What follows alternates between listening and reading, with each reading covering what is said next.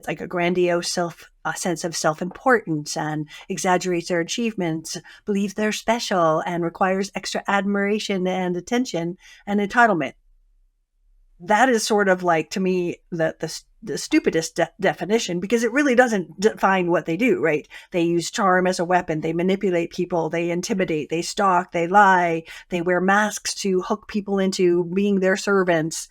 They live secret lives. There's so much more to it than the DSM-5 thing. But the bottom line is that they are people with a personality disorder, and they are out to protect themselves. And that means they must win.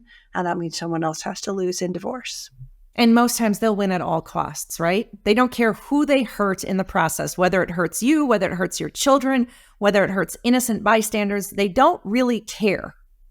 No. And again, that goes to the lack of empathy, right? If they have no empathy for what they're going to do to you, or when they turn your children against you, they don't care what that's doing to the family structure or to a child who was homeschooled by their mother just because they want revenge, right? They don't care who they hurt or how deep the wound goes. Really, a lot of overuse of the word narcissist, or like a desire to call your ex a narcissist to his face, and when you're having interactions or text messages saying, well, there you are being a narcissist again, and things like that. Is that helpful? No, it's like poking the bear. It's probably the biggest mistake you could do, because it's also giving away your hand and your strategy, and it pisses them off, and that turns them into the devil monster that is out for revenge. Like, I'm not saying it would have been a calm and peaceful divorce had you not called them it, but when you do call them it, like, it's all things are on the table. They're going to get you. You've turned them into the enemy by saying that, because it hurts them. It wounds their little ego. And so it's very much a mistake to use that kind of lingo, even in a text, because again, it's going to backfire. And certainly no judge cares, and there's always people standing up and, it's a judge, he's a narcissist. Judges don't care. They're not going to diagnose. They don't even want to play with that ball.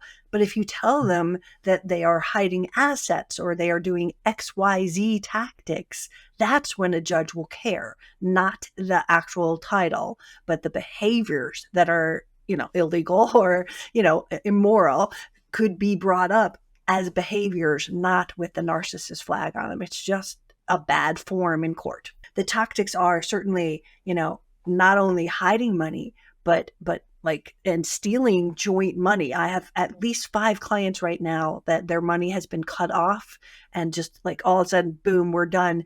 And the water bill's coming up and their electric bill can't be paid. And so that kind of tactic limits your legal your legal budget, right? By doing that, you're paying everything to get the water back on, and money to your lawyer to fight the fact that they haven't paid the water bill, even though they were ordered to last month.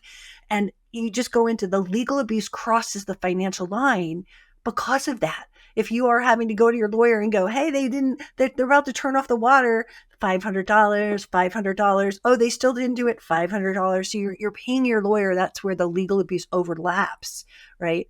And the financial abuse comes into it is, they will run up the bill with these things, or being obstructive, right? If they do not hand in their papers, then you are spending $500 every time your lawyer has to ping them, ask them, demand them, file motions to compel. All these things are financial in your eyes.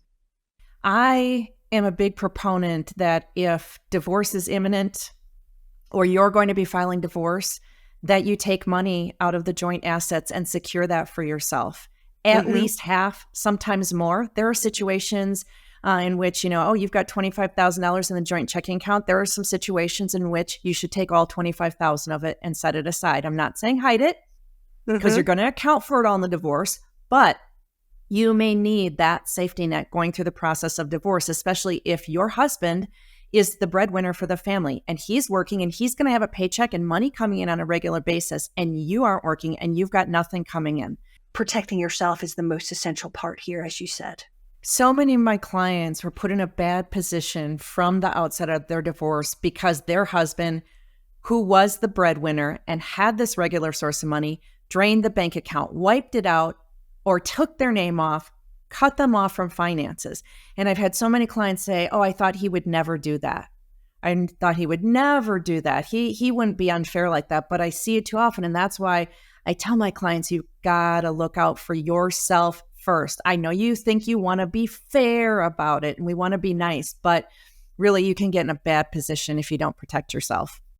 And what you just described is magical thinking. Magical thinking is sort of the, oh, I never thought he would do that. This is so unlike him. No, you haven't seen anything yet, is really the bottom line. And it's to, you know, it's a war zone now.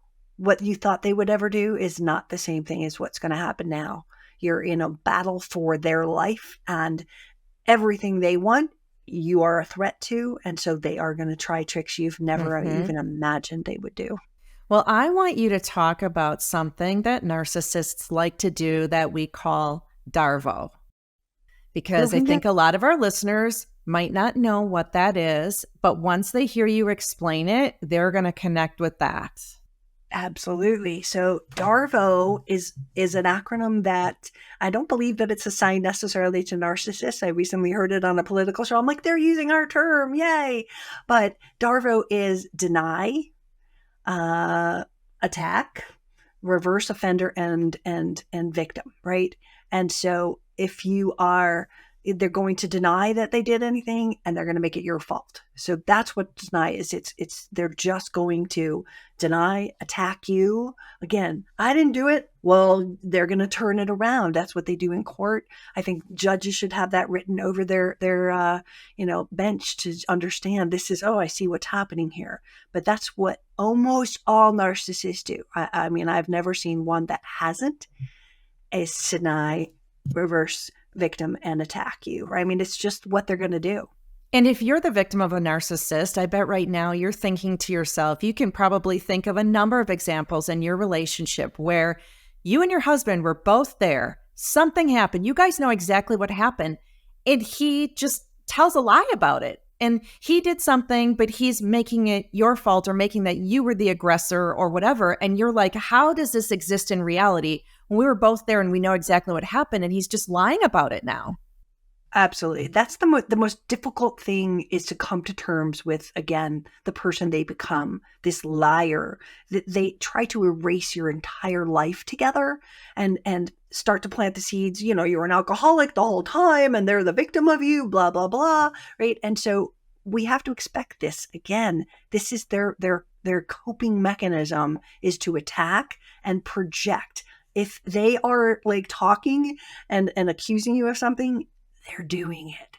It's projection 101, and they're experts at it.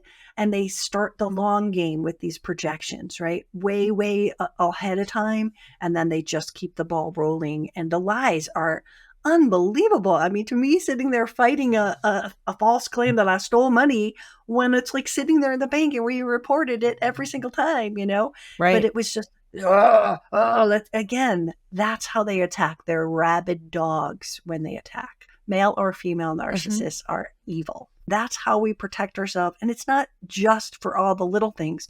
It's huge on the financial part, because you have to protect your assets. And if they don't turn over the retirement money like they were supposed to, oh, well, just go back to court. Well, I'm bankrupt and that was going to help me get, right, where I need, and I can't. So you're locked in because of that financial claw. And so the more you can get in there to protect yourself, the smarter your post-divorce will be less conflict. Right. You'll have if it doesn't, you don't agree. All right, next step, we got this plan. That's how you protect yourself. And not a normal lawyer is not going to even understand that.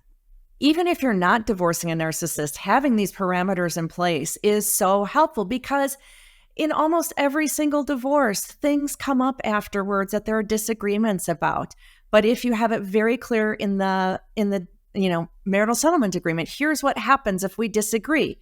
Here's what happens if you don't do what you're supposed to do. It makes it so much less costly and so much easier. We all have the set of rules that we know. Absolutely. And it's really, without defining the rules, you're open to that gray area where they can, I interpreted it this way. Sorry, I'm not bringing the kids back for 2 weeks, right? Right. Sorry, I'm not giving your money. It doesn't say when I have to give you the retirement account. Right. Think about that. Having a line that just says within 30 days, and this is the policy, and here's how you're going to turn that over to me. Now there's no questions. And the best part is if they don't do it now that it's in there, now it's really a contempt charge. We don't have to go into the let's go to motion to compel, motion to comply, motion $20,000. We just go right for the guns because it's actually breaking the law by not complying, which is again going to protect you.